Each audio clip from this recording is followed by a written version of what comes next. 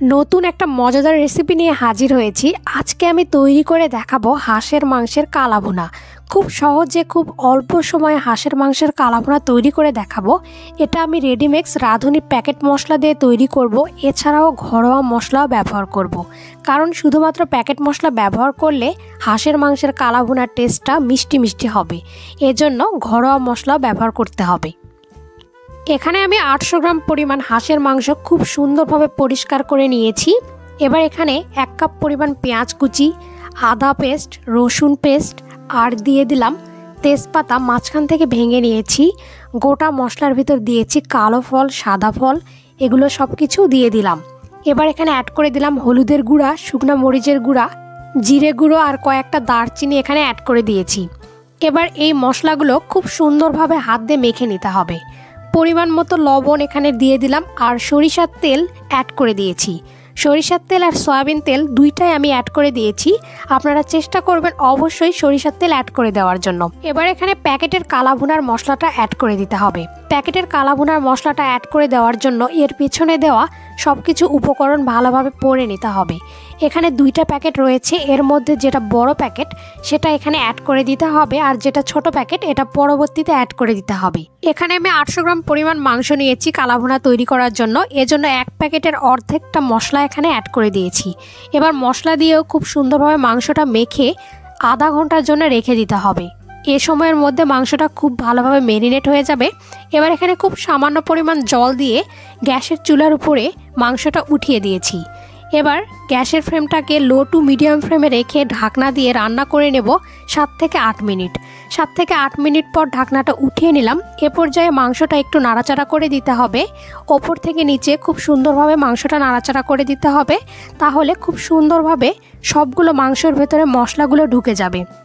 আবারও ঢাকা দিয়ে রান্না করে নেব 7 মিনিটের জন্য। 7 মিনিট পর ঢাকাটা উঠিয়ে নিলাম। এ পর্যায়ে মাংস থেকে বেশ খানিকটা পরিমাণ তেল ছেড়ে দিয়েছে।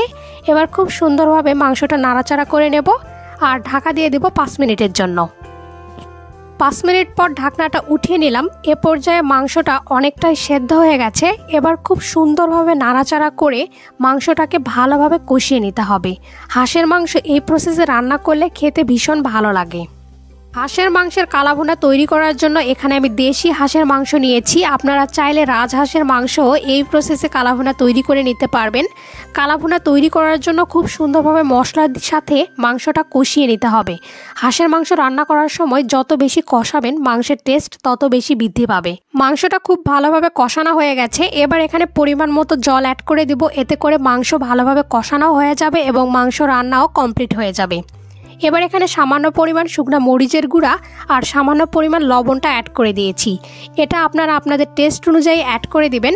এবার মাংসটা এখানে হতে থাকবে আর আরেকটি কড়াইয়ে আমি পরিমাণ মতো সরিষার তেল দিয়ে দিলাম। কিউব করে কাটা পেঁয়াজ বা পেঁয়াজের পাপড়িগুলো এখানে অ্যাড করে দিয়েছি আর কয়েক কোয়া রসুন আর 3টা শুকনো মরিচ অ্যাড করে দিয়েছি। এবার এই সবগুলো উপকরণ খুব সুন্দরভাবে বাগার দিয়ে নিতে হবে। কালাভুনা তৈরি করার সময় এরকমভাবে বাগার দিয়ে নিলে কালাভুনার টেস্টটাকে দ্বিগুণ বাড়িয়ে দেয়। বাগারটা ভালোভাবে রেডি হয়ে গেছে। এ পর্যায়ে ঢাকনাটা উঠিয়ে নিলাম। এবার এখানে অ্যাড করে দিতে হবে ছোট প্যাকেটের ভেতরে যে মশলাটা রয়েছে সেই মশলার অর্ধেকটা এখানে অ্যাড করে দিতে হবে। এটা একদম মাংসটা রান্নার শেষ পর্যায়ে অ্যাড করে দিতে হবে। এ পর্যায়ে মাংসটা খুব সুন্দরভাবে সেদ্ধ হয়ে গেছে এবং গ্রেভিটাও একদম পারফেক্টভাবে রেডি হয়ে গেছে। এবার কিছুক্ষণের জন্য ঢাকা দিয়ে দিলাম। কিছুক্ষণ পরে ঢাকনাটা উঠিয়ে নিলাম। আগে থেকে বাগার দিয়ে রাখা পেঁয়াজ, রসুন আর শুকনো মরিচটা এখানে অ্যাড করে দিলাম। এবার গ্যাসের ফ্লেমটাকে লো ফ্লেমে রেখে 5 থেকে 6 মিনিট খুব সুন্দরভাবে রান্না করে নিতে হবে।